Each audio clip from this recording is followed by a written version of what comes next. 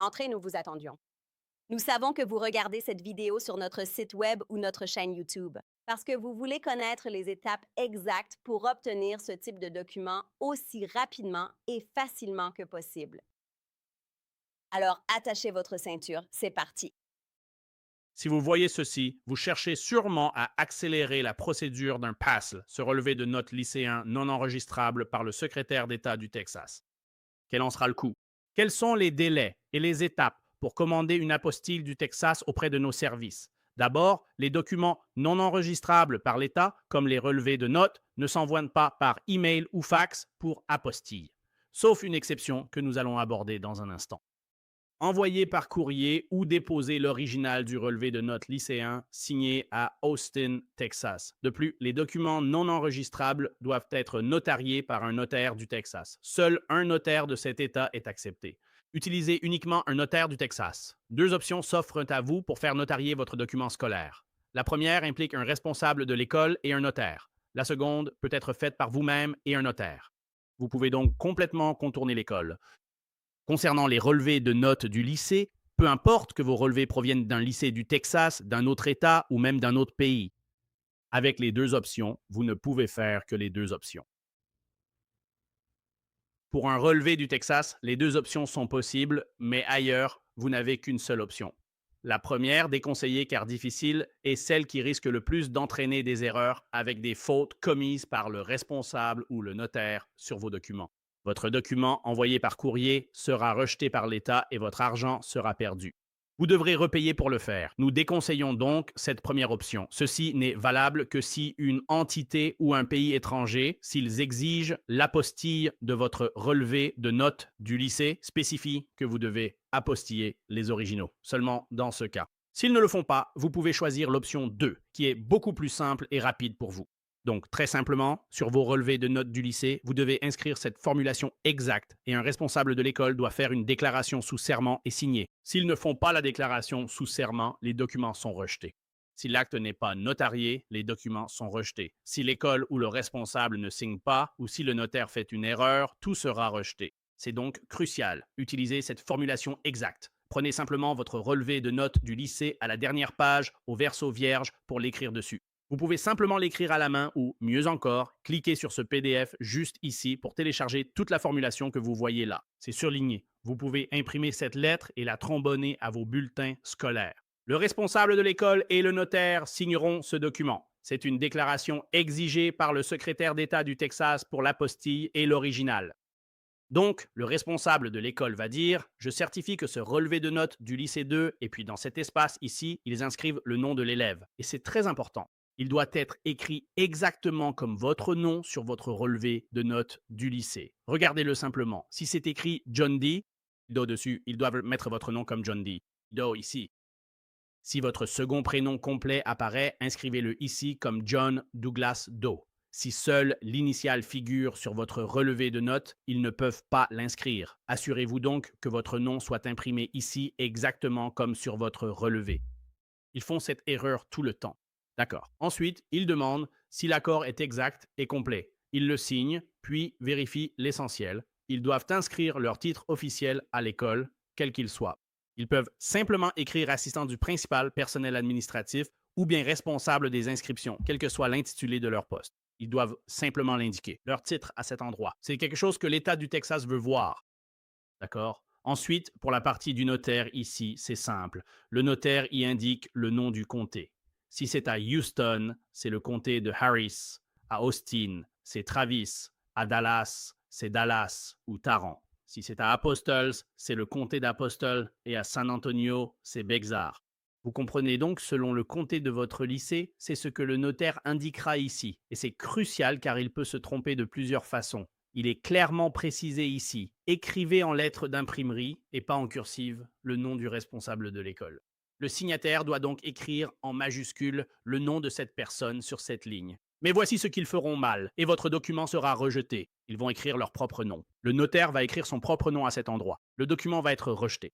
Le notaire va signer son nom à cet endroit. Votre document sera rejeté. Ils écriront le nom figurant sur votre relevé de notes du lycée. John D. Doe est sur le relevé. Ils vont y mettre le nom de l'élève et non celui du directeur comme il le faudrait. Ils feront toutes ces erreurs. Lorsque vous informez l'école, si l'école dispose d'un notaire interne et que vous n'avez qu'un seul interlocuteur, dites-lui tout cela. Sinon, si vous devez engager un notaire mobile pour venir au lycée, car beaucoup au Texas n'en ont pas sur place, il vous faudra le faire venir.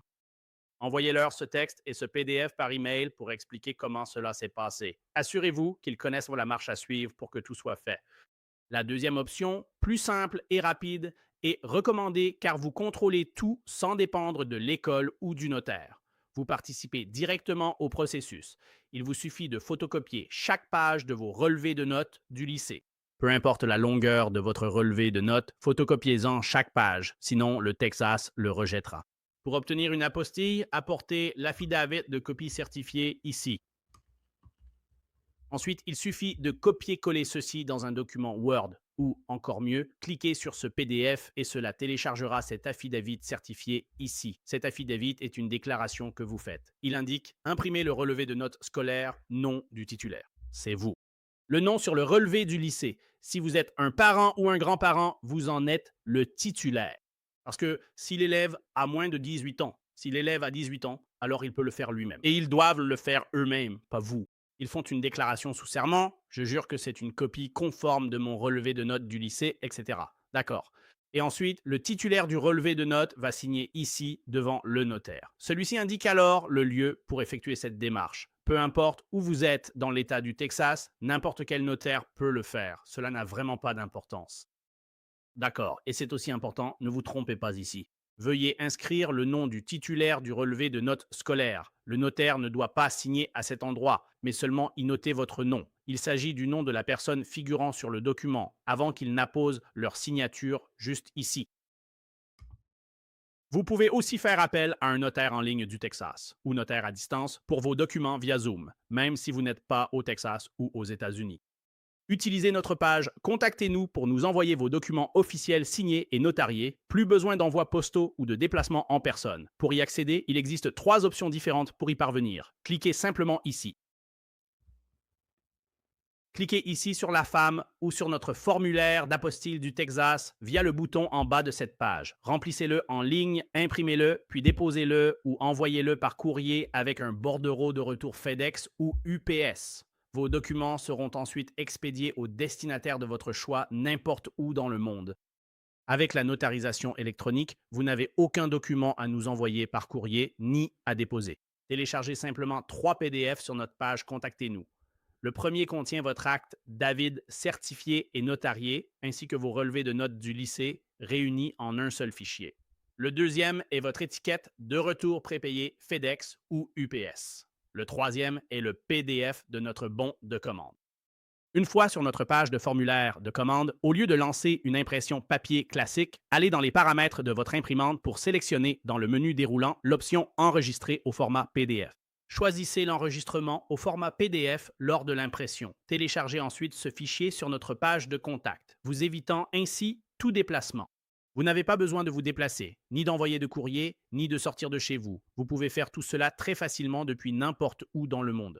Pour le notariat électronique, l'étape suivante concerne toutes les instructions d'expédition. Je vais vous expliquer comment vous allez nous envoyer les documents et comment nous vous les renverrons. Donc l'expédition aller-retour, comment créer les étiquettes d'expédition et ce que vous devez faire. Donc, selon que vous obtenez des documents au niveau de l'État, fédéral ou de l'ambassade, des apostilles ou les trois, pour un pays non signataire de la Convention de la Haye, il faut passer par une procédure de légalisation. S'il s'agit d'un document d'État, comme par exemple un acte de naissance pour le Vietnam ou la Thaïlande, il devra être validé d'abord par le Texas, puis par le gouvernement fédéral américain, au département d'État des États-Unis, puis à l'ambassade de ce pays. Et c'est la troisième étape. Je vais donc vous expliquer tout cela concernant la façon dont vous devez effectuer l'expédition. Pour nous envoyer vos documents, il n'y a généralement que 2 façons. La première qui est, nous recommandons à presque tous d'envoyer vos documents en express ou par courrier à notre adresse d'Austin indiquée sur le formulaire de commande et les instructions d'expédition.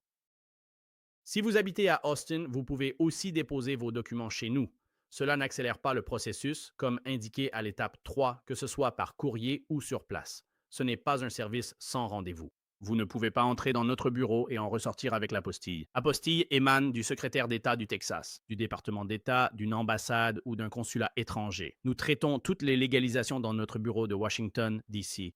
Et toutes les ambassades étrangères à Washington, D.C., où se trouvent 99% de toutes les ambassades étrangères du monde. Je vais donc vous expliquer ce que vous devez faire. Si vous comptez nous envoyer vos documents par courrier, s'il vous plaît, n'utilisez pas la poste des États-Unis. Ils perdent constamment des documents et des milliards de dollars chaque année. Et ce n'est pas pour rien.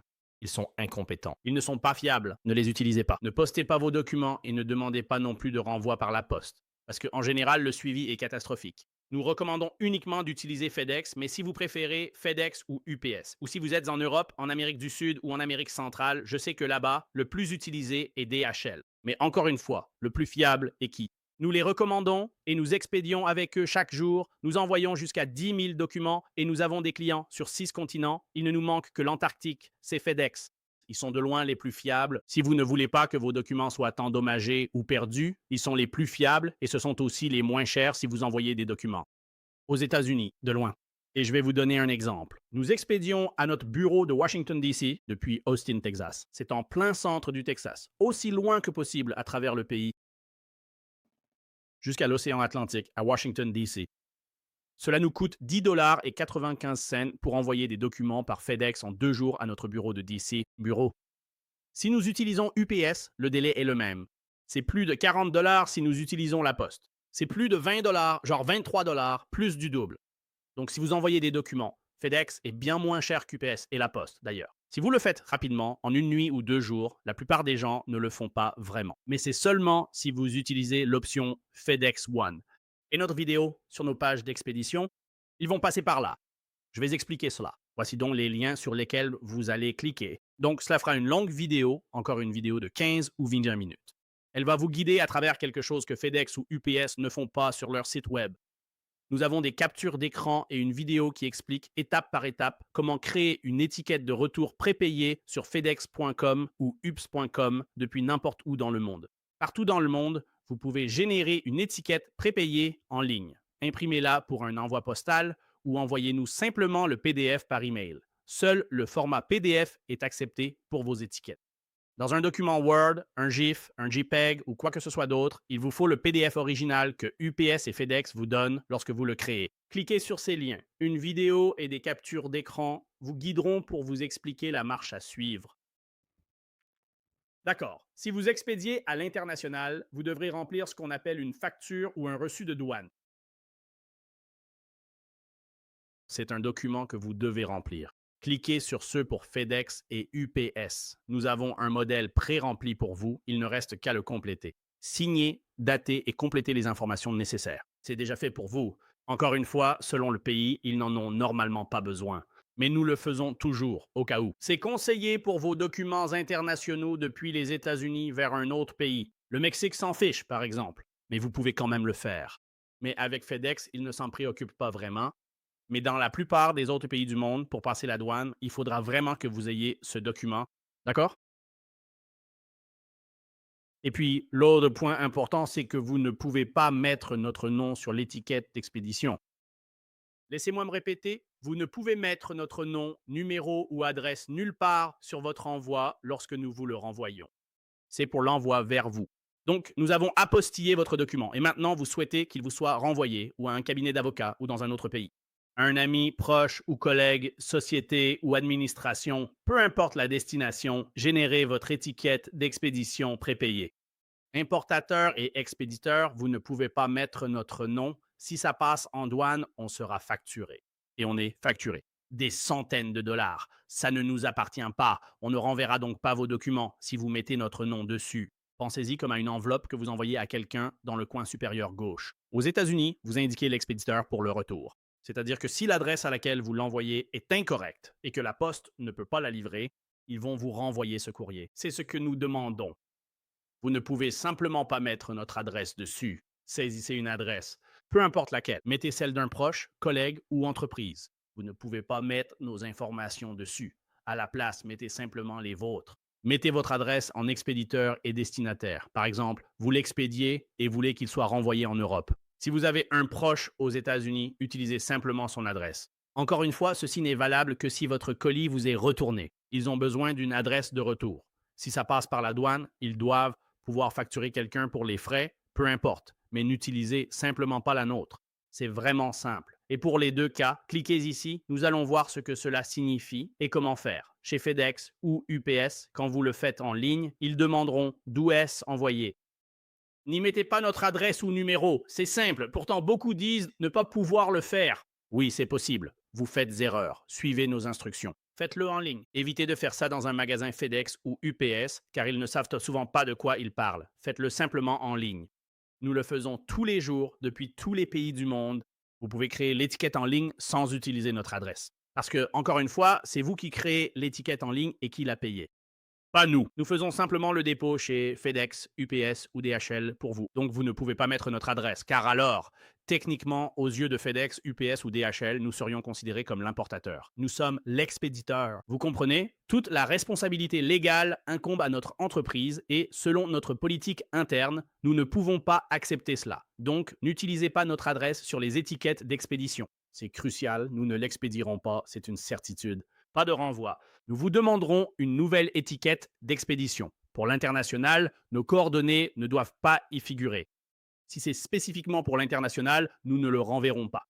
C'est crucial. Si vous êtes pressé, sachez que toute erreur causera un retard. Il nous faudrait plusieurs jours pour obtenir une nouvelle étiquette et vous recontacter. Merci de suivre ces instructions et de ne pas inscrire nos coordonnées sur cette étiquette d'expédition prépayée. C'est tout pour l'expédition. Encore une fois, c'est très simple. Encore une fois, si vous venez déposer des documents chez nous, vous pouvez les déposer en personne dans nos locaux. Si vous nous fournissez une étiquette d'expédition prépayée, nous pourrons alors vous les renvoyer par courrier après votre visite. Beaucoup de gens font cela aussi. Donc, vous allez en ligne, vous créez votre étiquette d'expédition. En venant dans nos locaux, vous déposez vos documents. Puis, sous 1 à 2 jours, comme expliqué à l'étape 3, combien de temps le secrétaire d'État met-il à les délivrer? Ou le gouvernement fédéral ou l'ambassade? Ensuite, nous vous les renverrons. Voilà, merci. Ceci est l'étape 3.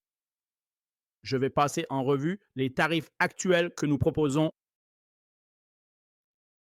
et n'hésitez pas si jamais vous souhaitez nous déposer des documents, ainsi que nos délais de traitement actuellement en vigueur à la date d'aujourd'hui, le 30 novembre 2025.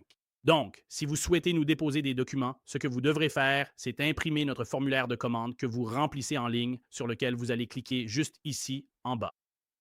En cliquant ici, vous accéderez à la page de notre formulaire de commande que vous remplirez en ligne puis imprimerez.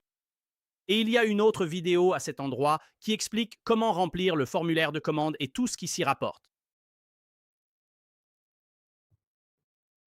Donc, si vous allez, encore une fois, si vous allez envoyer par courrier vos documents chez nous, ce que la plupart des gens font, vous imprimez notre formulaire de commande et vous l'envoyez avec vos documents. Comme nous l'indiquons à l'étape 2, vous nous l'envoyez. Déposer vos documents en personne n'accélère pas le processus et je vais vous expliquer pourquoi. Si vous souhaitez les apporter à notre seul bureau d'Austin, pas à Houston ni Dallas, uniquement à Austin, vous pouvez le faire. Si vous habitez dans la région, il vous suffit d'imprimer notre formulaire de commande et de l'apporter ensuite avec vos documents.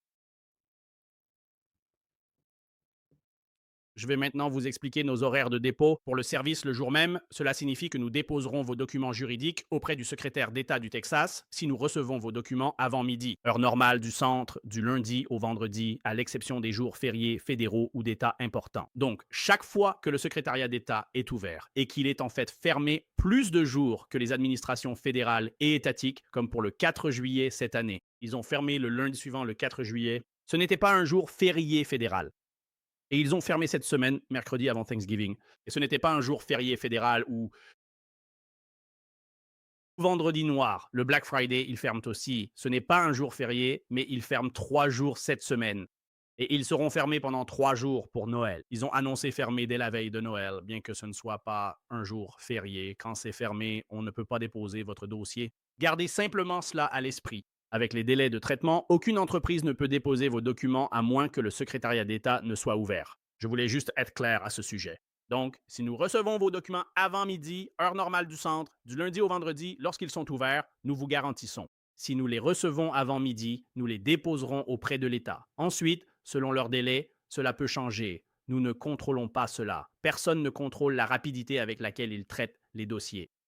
Actuellement, nous mettons cela à jour chaque mois. Par exemple, dans quelques heures, on passera en décembre 2025.